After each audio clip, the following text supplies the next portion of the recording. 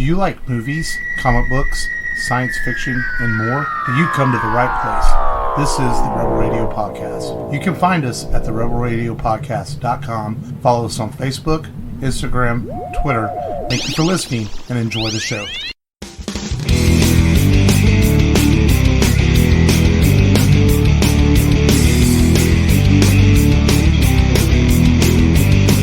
Welcome to the Rebel Radio Podcast. This is Mark.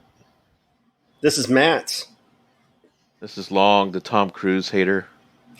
Oh, come on, man. Thought you'd at least be an IMF agent today. Oh. The IMF agent. Dude, don't hate on Cruise, man.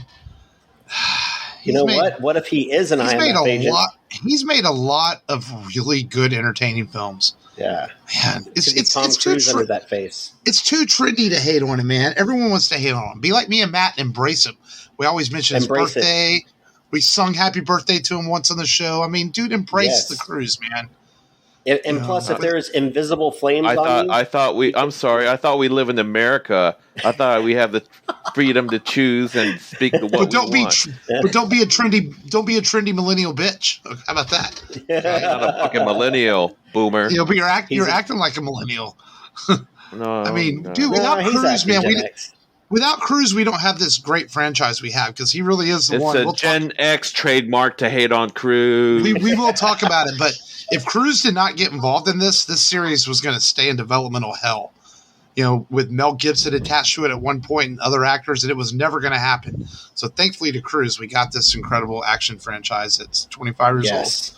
And we'll talk more about that. But so how was y'all's week besides Cruise hating? Long you're out there working your ass off still? It's a perpetual misery, week in, week out.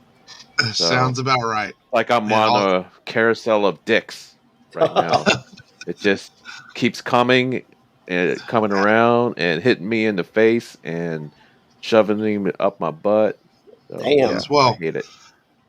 We're carousel in some dicks. ways we're seeing the results of the consequences of 2020 in a lot of ways with all these companies with driver shortages, product shortages continue. I want to hang myself.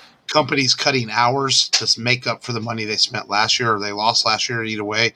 So yeah, we're seeing the results of that. 2021 in some ways has been better, but only maybe by a small margin if you really think about it. Yeah. You know? Put a bullet through my skull. That doesn't Matt, solve anything. You got a collection of guns, right? It keeps me off the truck at least. Man, I can't believe they make you. You're not allowed to say no. That's not my job. I mean, I have no idea. I'm afraid of retaliation. I would be like, fuck no. They'll retaliate. Republic National Distribution Company managers will retaliate against me if I refuse to do someone else's job. I named my company. There you go. Wow. So I'm putting it out. Let's move from that negativity there, and let's make fun of Matt. Matt, you had a little knee scope in there. You know, spending too much time on your knees at work. Arthroscopic surgery. Yep. Yeah. I mean, that's what happens when you spend a lot of time on your knees. The opposite of Long, who obviously doesn't kiss enough ass or suck enough dick. Matt's over there doing plenty of it for both of us. In the point he had to have knee surgery. You know, man, every time one of us has some sort of medical thing, we're going to make fun of it. You know this. Whether Long's making fun of our ball sacks or something, it's going to happen. So, you know. Yes. And, hopefully I never have to have butt surgery. No, well, wasn't that former butt host of the show? Surgery is probably not that bad compared to anal. Yeah. former host of the show, Frank, remember he had that butt procedure. I'm pretty sure we rammed it pretty hard to him with that episode. That's whenever we were all three coworkers and we were messing with him the whole time. He got pissed. So, you know, stop it, man. You have body cavity things occur to you, then, you know, that's what happens. Yep. So, but it is what it is. Hold on, I'm over here. It is what it is, man. You got 6 weeks of therapy, and then if I want, they'll put me into some cool therapy machines where I'll learn how to, run You again. still have to work at night? I still have to work at night, but I'm going to have like everything handed to me. They're like, oh, well, you can just be stationary. We'll get people to help you out. So it's like, I'm going Like to BS. have some assistance. Yeah. Yeah, we'll see. The wife's giving you assistance too and taking care of you. We Oh, hope. yeah. And the Or she's kids just like, too, screw man. you.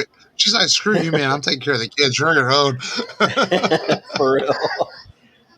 Like Jake made me breakfast this morning. He was like super proud. He's like, "Do you need anything?" And I was like, "Thanks, man." Wait. Like, How old is Jake? 11. How old is Jake? 11. How do you get your September. 11-year-old to make breakfast? I gotta talk to Michael about this crap and get him on some breakfast making. It was the easy stuff. He threw a Jimmy Dean sandwich in the microwave and a waffle in the toaster. But hey, I would take that. I didn't get that on Father's Day or my birthday. I would take that. I'll take a Jimmy Dean sausage in the microwave. Damn, Jake needs to come over here and get Michael some lessons. There we go.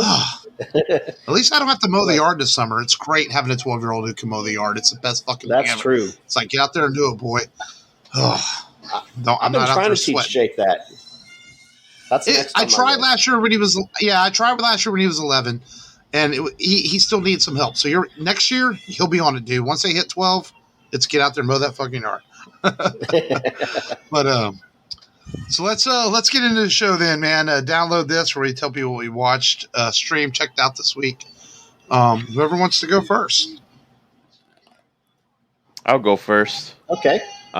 Just finished watching the fourth and final Evangelion movie on Amazon Prime. Evangelion 3.0 plus 1.0, Thrice Upon a Time. And man, this movie was a very good capstone that concluded basically 20 plus years of the Neon Genesis Evangelion franchise. And it was a pretty satisfying ending. Very cryptic, as usual, but in a way, a visually stunning film, and has its philosophies and tackles depression and all that stuff. But yeah, very happy ending to a storied anime franchise. And then I played some more Final Fantasy 14.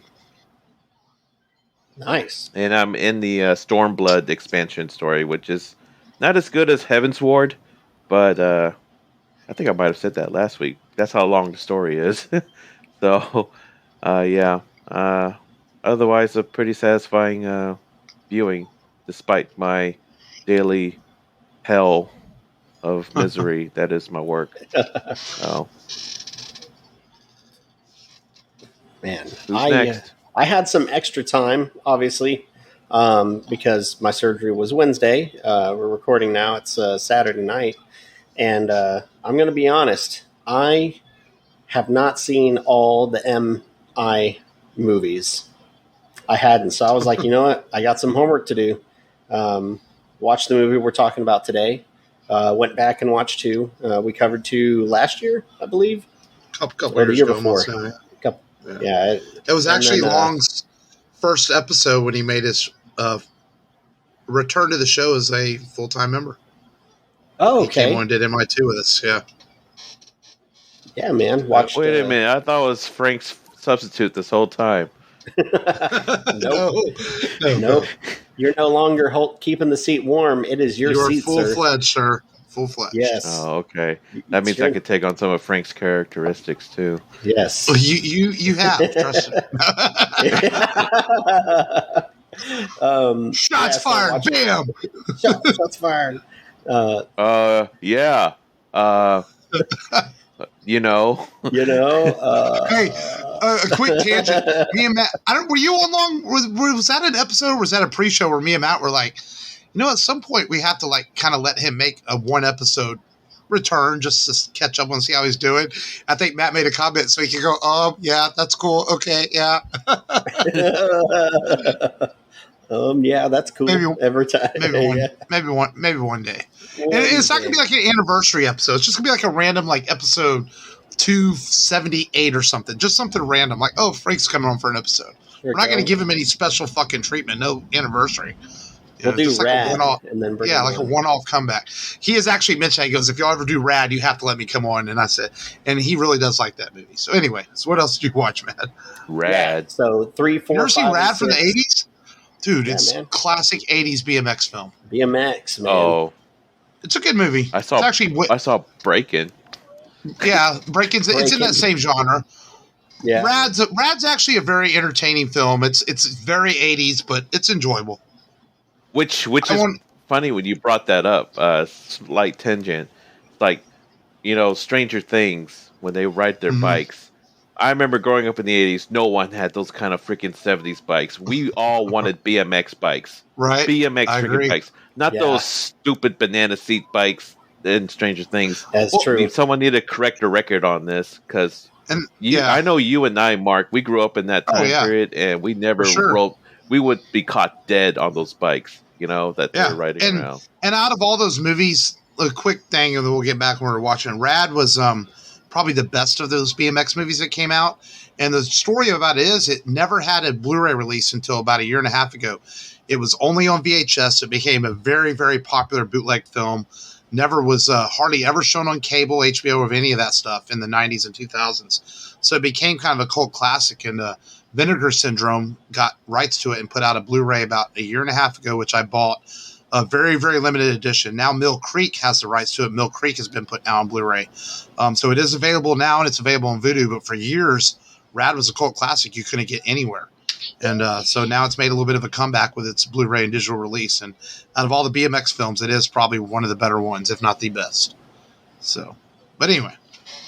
Yeah. I have to say, I didn't realize how strong Tom was in the role of Ethan Hunt this whole time. I think he's still got it, man. And this last Mission Impossible movie was a nail biter, one of the most biggest nail biter moments. Yeah, it's real incredible. Good. And I just like how they connect other parts of the franchise, but I know we'll talk about that, going in the next segment.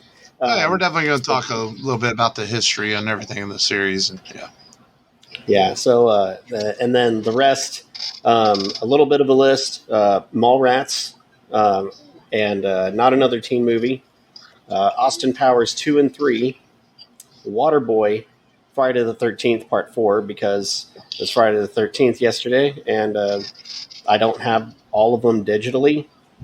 So I went ahead and bought the digital pack for $13 on Vudu yesterday, and HBO Max had one of my favorite horror movies, 13 Ghosts, on there. So I watched 13 Ghosts, and I watched the What If series on Disney, and I liked it. Liked the What If episode, the first one. It's very it makes Carter look like Wonder Woman in some parts, but it's really cool how one thing changes the timeline. Well, I guess it's my turn, but we'll start with What If. I did watch a couple other things, but I really enjoyed What If too. And my thing about What If is I thought the retro-y but yet modern animation looked really cool. I found it pretty funny how critics were knocking this series really hard. Do they realize that you shouldn't take this too serious? That it's pretty much just enjoy it for what it is. I don't know why they were trying to compare it to Marvel. Critics were trying to compare it to Marvel films and Marvel continuity and all that. These are out of continuity, kind of just fun stories. You don't take them too seriously. I used to love the What If comics when I was a kid, and that's what I felt like watching it. It was like, oh, these are these stories, What If, on the screen. And I think it's really cool. I do hope, as the series goes, since they already announced it's season 2, that it's not just What Ifs from the MCU. I would love to see them do stuff from the comics, Yeah. So I hope they branch out a little bit, because it looks like the first season is all What Ifs from the MCU, and I hope they use this format to branch out further. But if they don't, I'll enjoy it for what it is. But it's fun, man. I mean, solid animation, solid voice acting. Some of the original voice actors came back, some didn't. That Chris Evans did not voice Steve in this episode, but yet Haley Atwell came back and did Carter, and Dominic Cooper came back and did Stark. So there were some actors that came back and did it. So that was cool.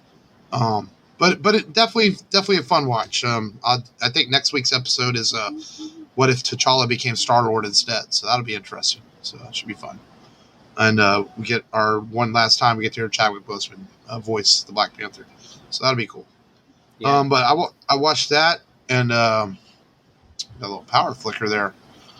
I also watched. Kind of making me nervous. Yeah.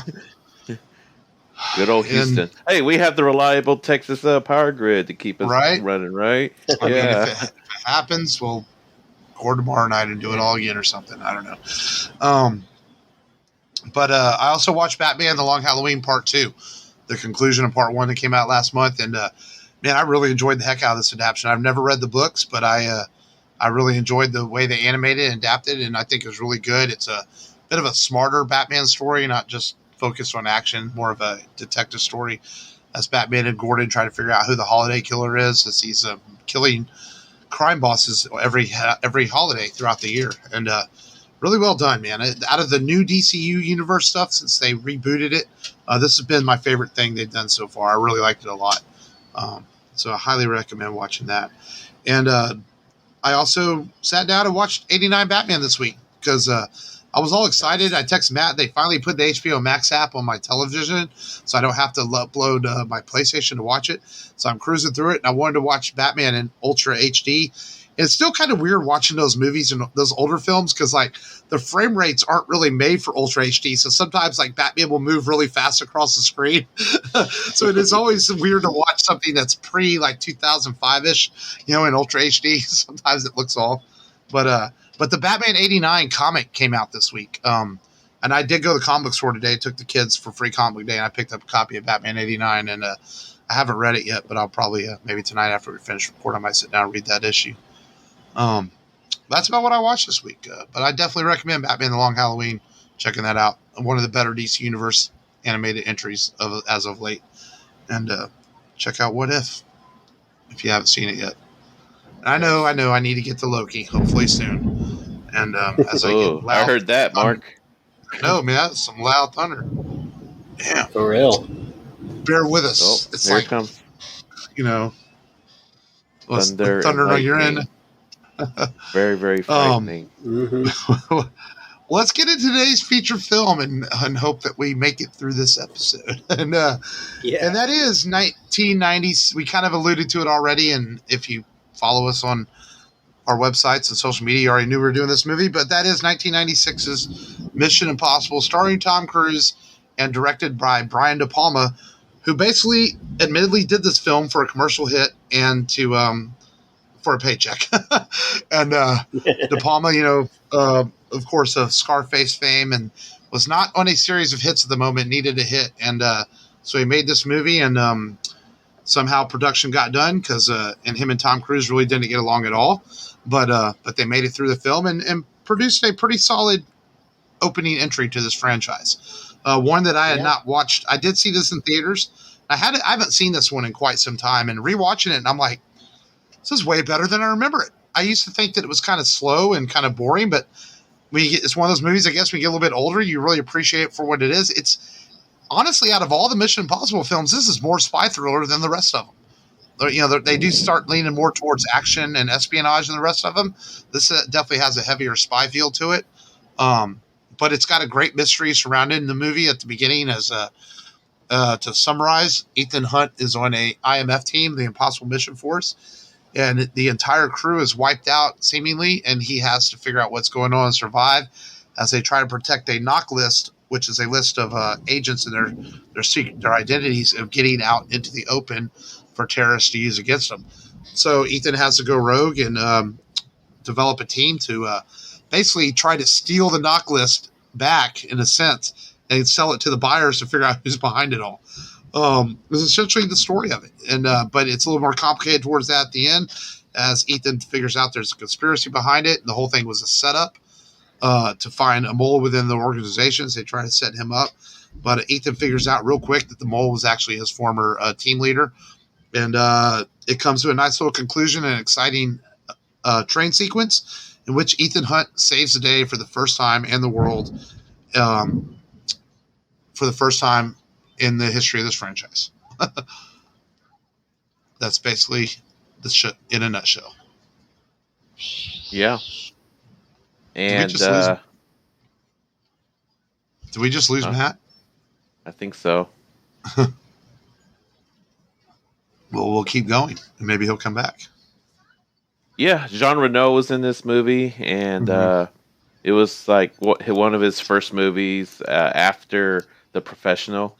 And always thought he was a very remarkable actor, and also has some classic scenes. Of course, the infiltration scene with the tight wire, wire. Yeah, and the freight train, as you were alluding to. Yeah, the Langley heist is very exciting. It has like this intensity to it. Even though it's like there's no action, it's just like you're kind of nail biting the whole time. You're like, oh my god, sweat's falling from him. There's all this security on it, and it's really well shot. Right. Yeah. And what else? And also, gosh, rewatching the movie, I've forgotten about the actress. She was really popular. At least she was an up and coming French actress. What was her name here again? See here, and I had a crush on her too. When plays his teammate.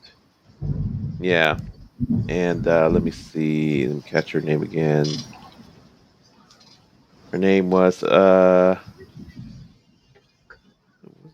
couldn't be Emmanuel Biard, was it? That sounds right.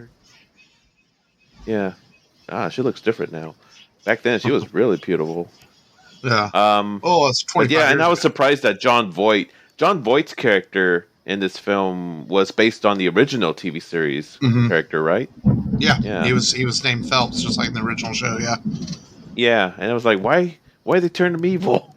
Well, yeah. He wasn't. Well, Martin Landau, was in the original show. Originally, they wanted the whole original team to be in this movie where there was an opening sequence, and they all get wiped out. And Landau said, we're not doing that.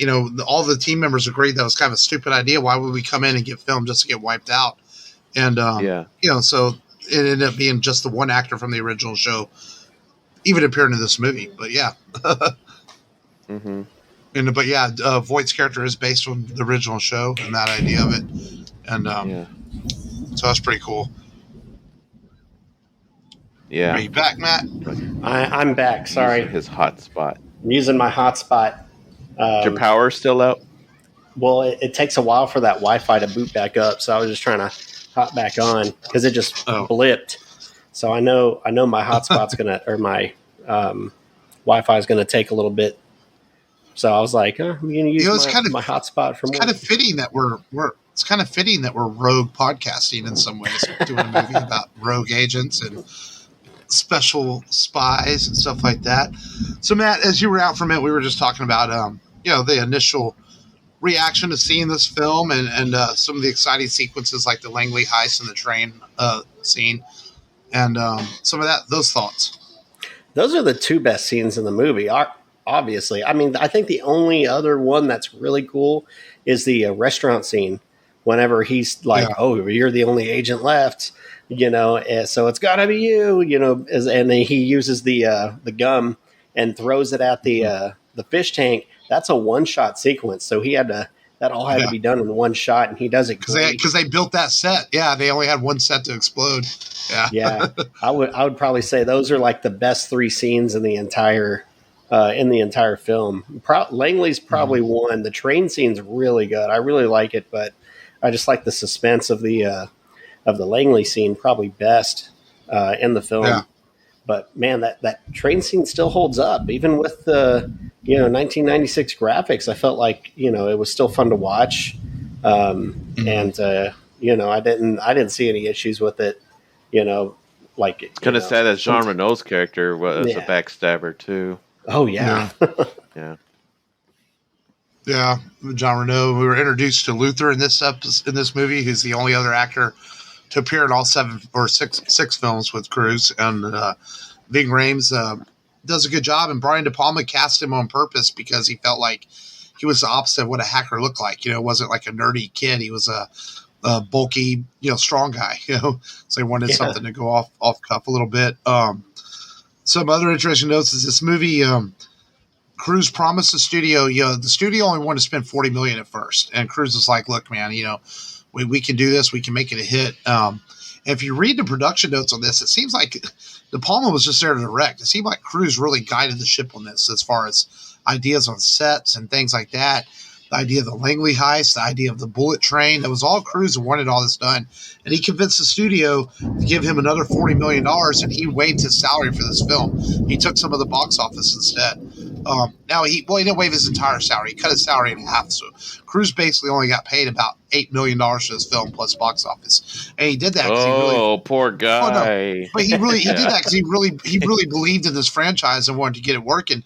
You got to remember, this is Cruise coming off of his Born on the 4th of July Oscar nomination. He was starting to become, Cruise was big at this point, but he wasn't quite the star he is now. Mission Impossible really made him even bigger. And, and he's honestly really good in this film. And that was the first thing I noticed watching this. Like now when he plays Ethan Hunt, he's good, but it's natural to him. It's kind of a walkthrough. But like in this thing, he really acts his ass off in this to feel like an intensity to the scenes, to feel that he's on edge the whole time. But yet he's also focused. Like I love the scene whenever they put his mother and his uncle and pick him up for drugs. And he's like, "Do you really think that marching Ma and Paul is going to really piss me off? I just killed my whole team." And he pulls it off really convincingly, and I think that's the thing. I know you were at the beginning of the show. I don't know. Well, maybe you weren't teasing, but hating on Cruise. But man, Cruise is honestly, he makes this movie work. He sells the film so much. I will say that it seems like the first few films, he kind of has this intensity that he approaches this film with. And the last three, it's like visiting an old friend, it's, right. It's, business as usual, but still good. Like you said. Mm-hmm. Yes, I will concede the fact that he was sufficient in this film. Sufficient. I mean, this is the same year he also did Jerry Maguire too. So he had a couple of big hits. This movie, I'm glad I haven't watched yet. This movie, I mean, overall worldwide box office, this movie did $450 million. So it was a huge hit to kick off the franchise. And it's hard to believe that it took almost 5 years to get the sequel made. Cruise kept fighting with to get the sequel made, and the studio just kind of wasn't really behind it completely. But it's also that time in which Cruise was going through the whole Katie Holmes thing. And I think things were a little bit, awkward for him. And he was doing some other films, but he finally got the sequel made. And now and you think this franchise is 25 years old. We've only had 6 films, and there was some holdbacks between a couple of the films. It took them a while to get going. But at least we got him. And I was reading that Mel Gibson was almost in this movie. There was a couple other actors that were real close to casting until Cruise came on board with his production company and convinced Paramount that they could do this film as a franchise, because Paramount also didn't believe that it would work as a franchise. They thought that the Bond was kind of, this was what era was this? The Pierce Bronson era. Pierce Brosnan. Studios believed that people didn't want to watch spies unless they were Bond. But Cruise came on board, and his production company was able to convince him to get the film made. And sure enough, there is room for more than one spy franchise out there. Yeah, and it works here. It's like I think these movies are, man, just every bit as good as 007 movies. It's like you can put these up against the best, I think. Well, if you go back to the 25 years since this film came out in 96, you could put all 6 Mission Impossible films up against almost all the Bond films, and they're almost all just as good. The only ones that might even come close in the last 25 years would be Casino Royale and Skyfall. Yeah. I mean, none of the Pierce, because GoldenEye was already out at this point, so you can't count it. None of the Pierce Bronson films come close to this. Quantum of Solace and Spectre don't come close to this. So really only 2 Bond films in the last 25 years have been close to this. And this has been it's been a solid franchise. And We covered 2 a couple years ago, and I know I like it because I'm a John Woo fan, and it took a lot of flack. And Woo has talked about before how the studio kind of cut the film some, it's definitely. I agree. I like 2, but I also agree that 2 is the least Mission Impossible like film of the whole franchise, and then 3 kind of brings it back in the direction of spy action as he's trying to stop Philip Seymour Hoffman's character from unleashing hell in the world. And then Brad Bird brought it back to the kind of beginnings with Ghost Protocol. And then, of course, Chris McQuarrie has come in for the last 2. And Rogue Nation and Fallout back to back are just really fucking good movies, Oh, yeah. And they piggyback off of each other, too. Yeah. It's like Rogue Nation Part 1 and 2. Yeah, they're definitely the first 2 films of the franchise to be true sequels. I mean, there's always threads throughout the films that call back to the other ones, but Rogue Nation and Fallout were the first true sequels they did to each other, and I think that gave them something to work with on those 2. And I think 7 and 8 will probably be similar. I have a feeling they'll kind of play off the other 2 all as well. Are you caught up on this franchise long? Have you seen all of them? I've seen Ghost Protocol. Let's see. I've watched Mission 1 and 2. Watched Ghost Protocol, and then the last movie. Yeah. Okay. And 3 is the J.J. Abrams one. Yeah. And sometimes I have to sit back and think, one. oh yeah, J.J. Abrams directed a Mission Impossible film. It's like. I mean, I know Philip Seymour Hoffman was really good in that one. Yeah. Oh yeah. Yeah. No, it is a good movie. Yeah, but overall, though, man, looking back on this franchise, I think it's been very successful, and it's been very fun to watch. I look forward to these when they come out. I thought Fallout was great, and then going back and watching this first one, man, I'm like, I'm just like, wow, this is way better than I remember it being. I really enjoyed watching it. It's got an intensity to it. I've always liked spy thrillers and things like this, and man, I think this holds up really well. Like Matt said, even the special effects and the train sequence, and I give it a pretty solid A, man. I think this movie's still pretty good. I have to agree. It's an A. Yes, it's a nominal spy thriller.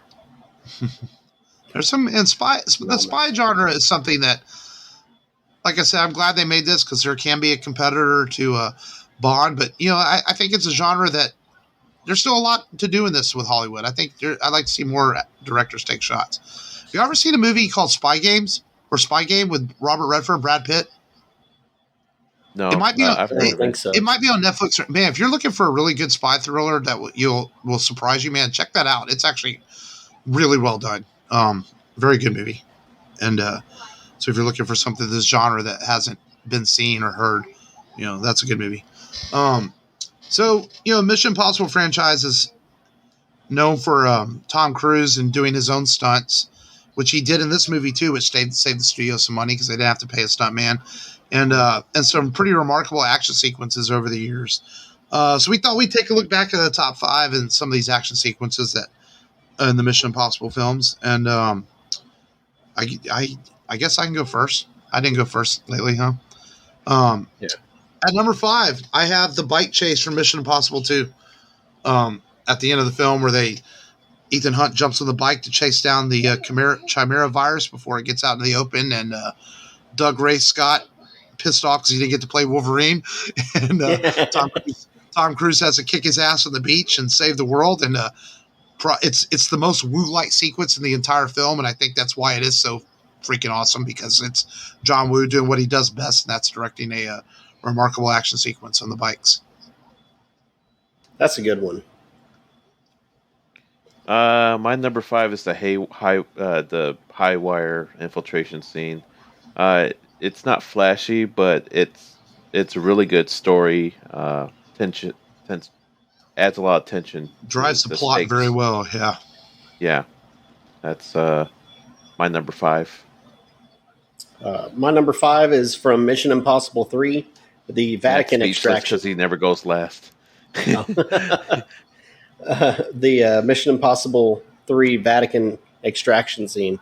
I just think that whole sequence is awesome. Where he's got to loop the cameras, and then he's got to go in and he's got to replace Philip Seymour Hoffman, and and then drop him down the tunnel, blow up the Lamborghini. That whole sequence is just, they almost get caught. It's very suspenseful, very good. Yeah.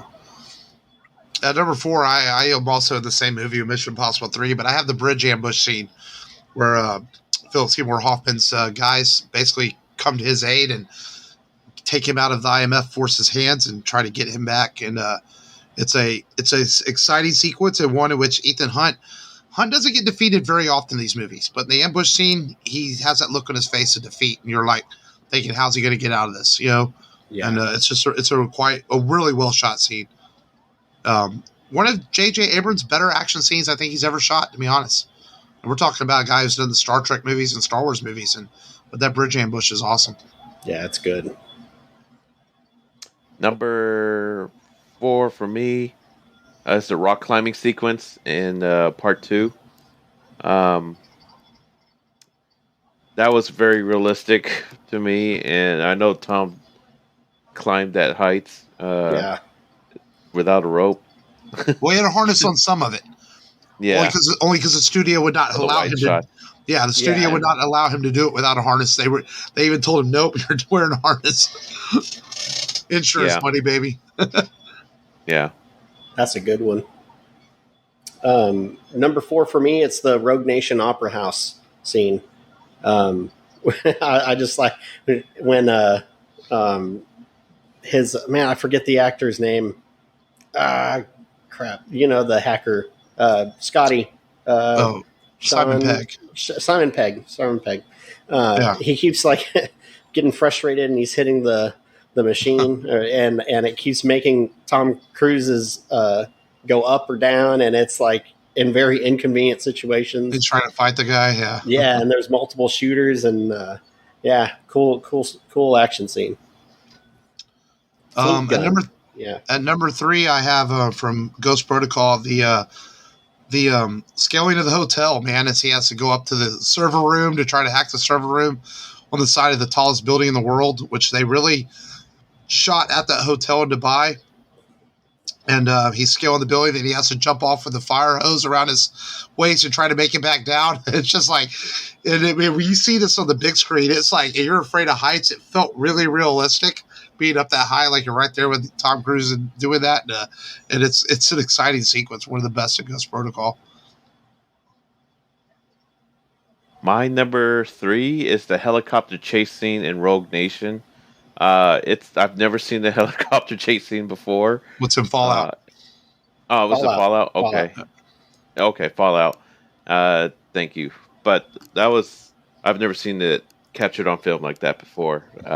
Number 3, the helicopter chase scene. Yeah. Mine is basically right after that long. The Kashmir climax in Fallout where they're fighting, where Tom Cruise is fighting Superman on the mountain, and he's trying to get the pin out of the detonator, and it's I almost thought that he didn't get the pin out in time, but he does, and it's man, just really suspenseful and a good fight scene. Yeah. At number 2, I have the opening sequence of Rogue Nation where Ethan Hunt, Tom Cruise, is hanging from the side of the plane. And again, some humor from Simon Pegg's character going, Benji's his character's name. He's like, he's on the plane. And they're like, what do you mean he's on the plane? And Benji's like, he's on the plane. And it's he's hanging from the side of it. And, he's like, where are you in the plane? Not in the plane. He's on the plane. He's on the plane. And just a cool sequence, man. And that's the thing about these movies. And we're not even done our top 5 yet. It's just man, Tom brings it when it comes to the action of these films, and that was a cool sequence. He really hung from that plane. Yeah. He had a harness on, but he rode on the outside of a plane. My number 2 is the motorcycle chase scene from Fallout. Streets of Paris. In the streets of Paris. That's a good one. And it has some really cool close-up shots and wide shots, and just to remind you that it's him that's riding the bike in real time, and I appreciate definitely how the recent movies don't really cheat with the quick cuts and all the shaky cam stuff. Like Yeah, I Chris can't stand Chris those. McQuarrie definitely can shoot action very well. Yeah. Yeah. For me, number two, I've got the Langley heist in this film. I just think it was just so suspenseful and nail biting, and just from not even going to not even letting your sweat hit the ground. The freaking rat that's fucking shit up, and you're just like, oh my god, what's going to happen. I like the suspenseful films or I like shots. Like the rat sequence. I feel like some of those things like that is Tom put that in the film, because like I don't see Brian De Palma doing silly stuff like that. He's always been a real serious director, and I think Cruise helped make the movie have a little bit of humor in it. Yeah, because I really feel like Brian De Palma would not have done that. He would have kept it really serious and but it makes for the movie to be kind of fun and not overly serious. To have something like that. Yeah, he definitely didn't incorporate any of that in Untouchables or Scarface. So or Snake Eyes. Yeah, he's always a real serious director. Yeah. At number one, man, I have the most recent film, Fallout, and it's a helicopter chase. And man, when I saw this in theaters just a couple years ago was when this last one came out, and that scene blew me away. Man, it's hard to get overly excited about action sequences, because we've seen so much, man. We're nothing surprises us anymore, but the helicopter chase truly thrilled me as a moviegoer and as a fan of film, is how exciting that was. I mean, I'm like you, Long. I'd never seen two helicopters chasing each other, almost playing chicken with each other, trying to knock each other out of the sky. It was fucking awesome, and it's like, you think, how do you top that in 7 or 8? And you think about these action sequences we just talked about. Well, you leave it up to Chris McQuarrie and Tom Cruise to come up with something, because I'm sure there's going to be something spectacular. Yeah. Faux show. My number one is the Burj Khalifa climbing scene and Ghost Protocol. I'm glad you wrote down the name of the hotel, because I could not. I just called it hotel. Yeah, 163 floors, baby. Yeah. Now the second tallest building in the world, no longer the first. Oh, really? I didn't know that. Yeah. But the reason why I like that secret so much is that I hate heights, especially when I'm watching. I mean, I don't mind seeing heights personally, but sometimes I see those YouTube videos of idiots doing first-person perspectives of heights, and they're going along with they're hanging out around the overhang, and I'm like, oh my gosh, that's freaking scary. And they're going out without a harness, especially, and I'm like, okay, whatever, Darwin Awards. But anyways, Tom Cruise doing that stunt on the Burj Khalifa is pretty harrowing. Yeah, and that makes me hate heights. I'm not and I don't usually hate heights. I don't like heights.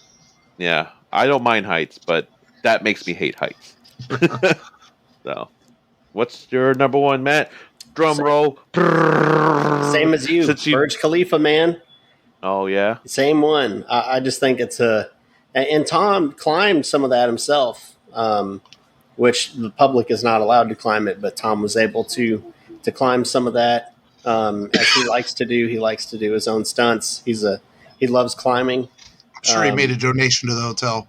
Probably. He's like, sorry for getting my handprints and my feet all over your, and the sweat from my hair all over your glass.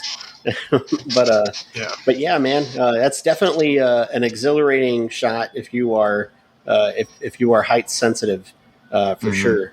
Man, just a great scene. Yeah. Well, even we'd even talk about even the sandstorm sequence that happens right after it. That's an awesome scene, and some of that was actually shot. Like, there was a sandstorm that blew in, so they used some real footage, but then they decided to incorporate it into the film, and that's an incredible sequence too. Because Dubai is they've really opened up their arms to Hollywood, and there's been quite a few films shot there over the last few years as they've welcomed Hollywood to come in and use their remarkable structures and buildings to shoot movies. I think even one of the Fast and the Furious movies, some of it was shot there, one of those buildings, and there's been a few other films that have been shot there. So it's cool to use that stuff. But man, no, good top 5. We all had kind of different answers, a couple of sames. Man, good stuff. We thought about ranking the Mission Impossible films, but I was like, let's talk about their action sequences. That's the one thing this franchise has done great over 25 years, is given us some really good action sequences and just extremely entertaining movies. And even if you hate on Tom Cruise, man, this has been one of the best franchises of the last 25 years. You can't deny that. You know, when you walk in the theater, watch a Mission Impossible film, you're going to be thoroughly entertained and walk out of there pretty satisfied. Out of all 6 of them, I've never walked out of one that I really was like, that sucked. You know, or sometimes you walk into a Bond film and like Spectre, and you walk out very disappointed after Skyfall. You're like, that's what I get after Skyfall? Ugh. But I mean, not that Spectre was bad, but it was, I think the expectations for it were way higher after Skyfall being so good. You know? Yeah. And it was just kind of disappointing. And I had never gotten that with a Mission Impossible film. So I think that's more than fair to say. But I'm still looking forward to No Time to Die if it ever fucking comes out.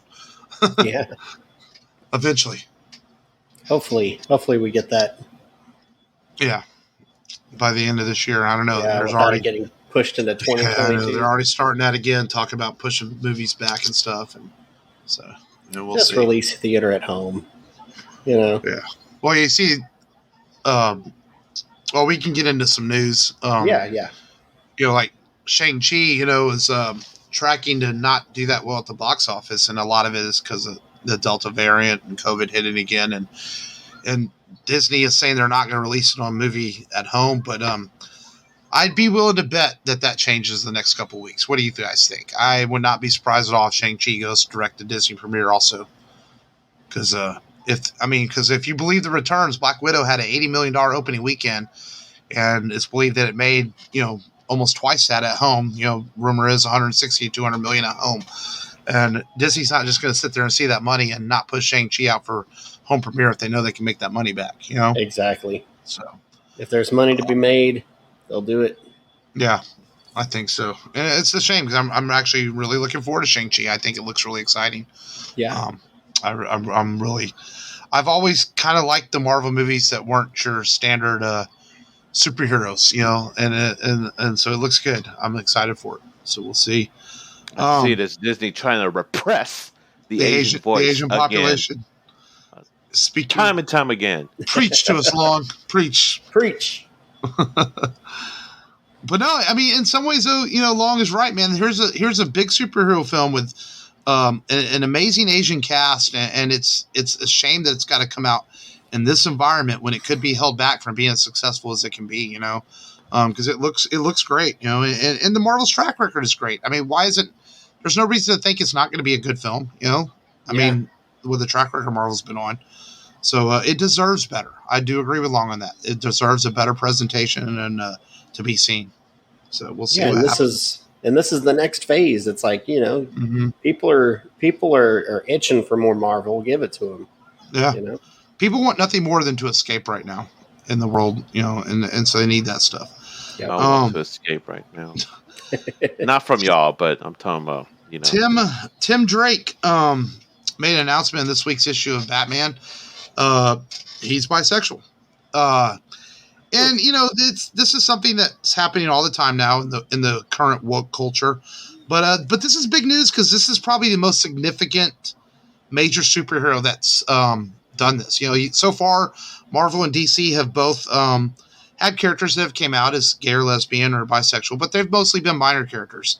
So Tim Drake has been the first really big character, and so that's why it's big news. And it's just one of those things that I think if it's written well and it serves the story, then so be it. It's not like you're going to open up an issue of a DC comic and see Tim Drake in a glory hole.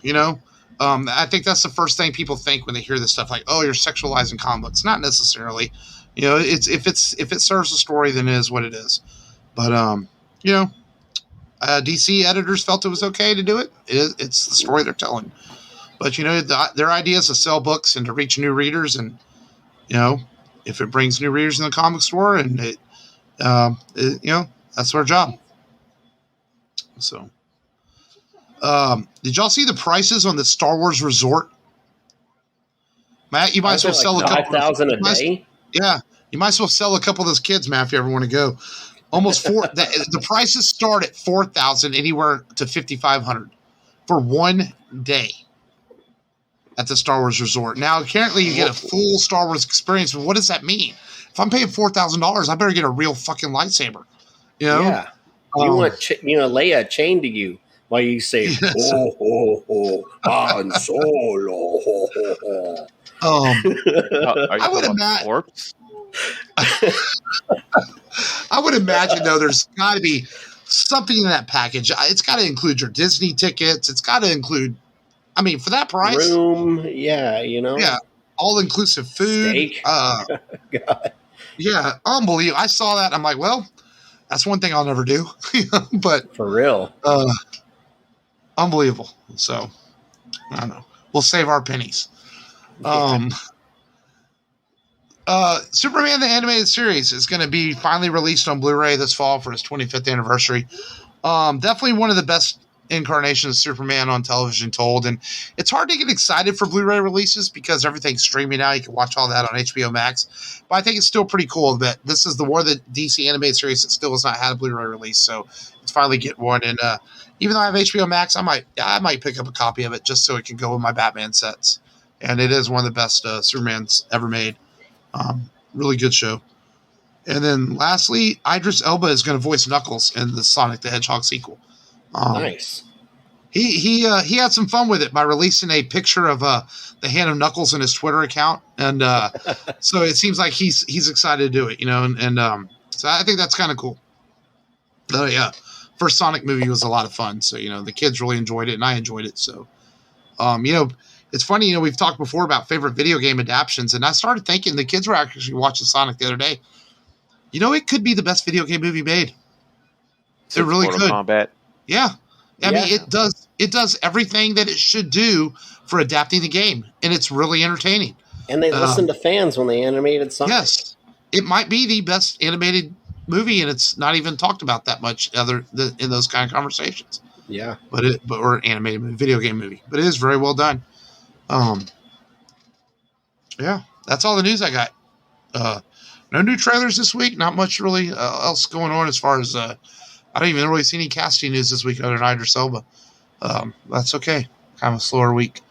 Before we get out of here, then let's preview next week's film, and we're gonna have it's gonna be fun. But He-Man's in the news a lot right now with the Masters of the Universe Revelation television show, which is caused all kinds of controversy for some reason because these fanboys think they're entitled. But it was a fun show. So this was one that I guess we could have done this on Patreon because it's not a great film, but we don't have Patreon anymore. But it's a nostalgic trip film. This is a middle finger to all you overprivileged fanboys. That's what it is. This is the original. Suck it. The 1980, was it 87 or 88? I don't remember what year it came out. The Dolph Lundgren starring Masters of the Universe.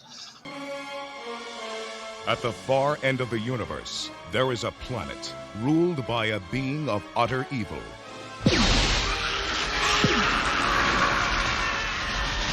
And there is only one man who dares challenge him. They are locked in a battle to the death. A battle that will take them across the heavens. Stop him! A battle that will finally be fought. I want them hunted down and brought to me! Across the face. Police! Nobody move! Of Earth.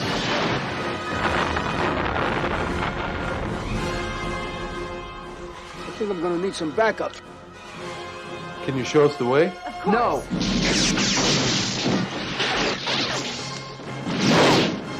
Somebody help me!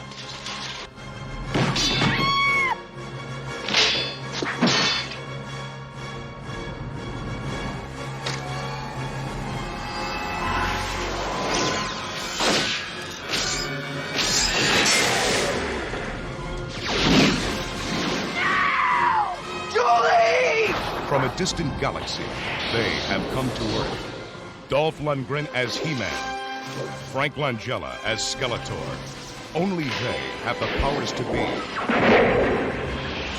masters of the universe. Live the adventure.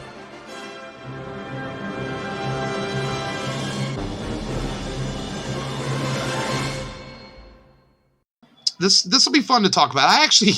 I enjoy this movie just for silly reasons. I know it's not great, but there's a nostalgic thing about it.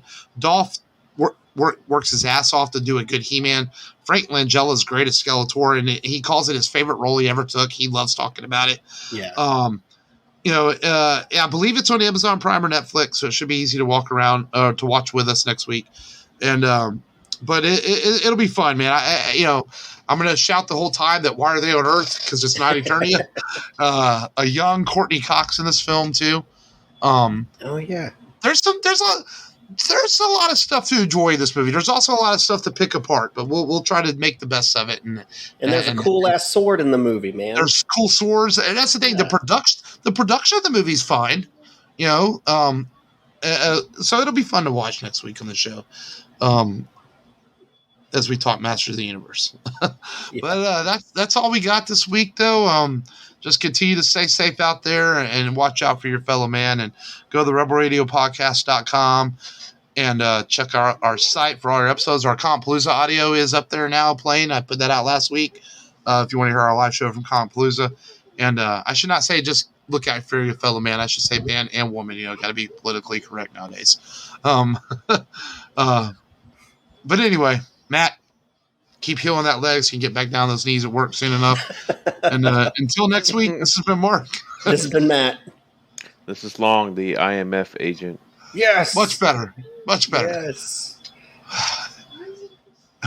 Until next week, as always, just go there and do it.